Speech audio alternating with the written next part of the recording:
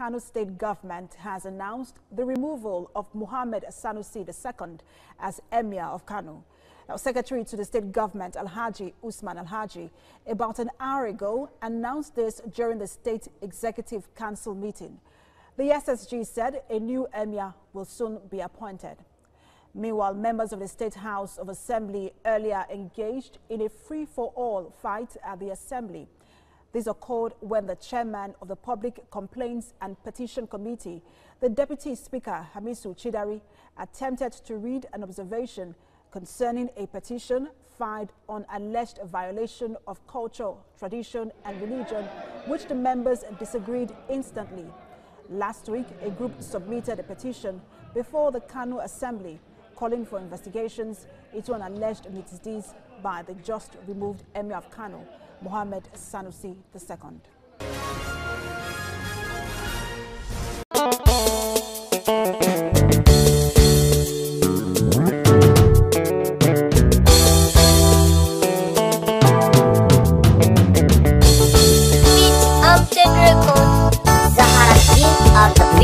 Kin gina tubalin da zan iya zaunawa, in kin so wanda ka ta kuma shi kenan. Me masa da so ka zauna gefe na, kullum zan tuna ka koda baka nan.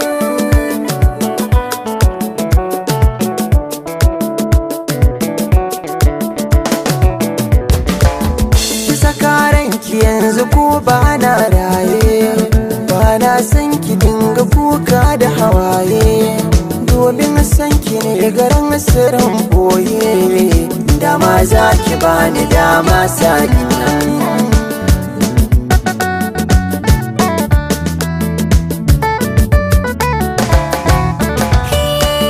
Tauraruwa dangane na kai ne ɗaya, tun daga zuciya na furta batun gaskiya, dan kai ne ka fidda ni daga sarkakiya, inda yara akan ka ne zan daɗa juriya.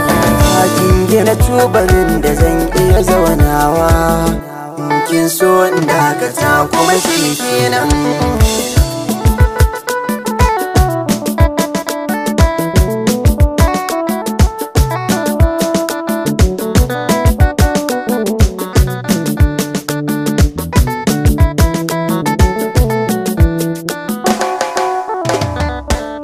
Banda kamar ki dukkanin faɗin duniya, fata na gare ki karki min shariya, ki min murmushin ki mai kyau zinariya, in kalle ki zuciya ta cika kenan.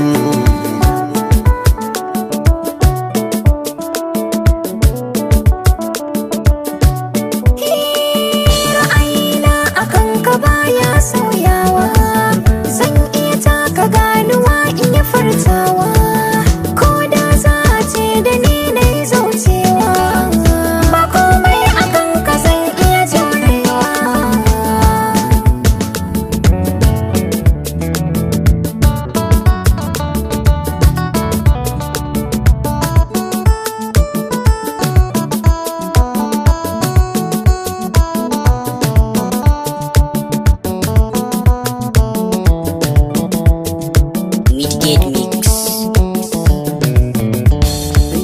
Kin gina tubalin da zan iya zaunawa, in kin so wanda ka ta kuma shi kenan.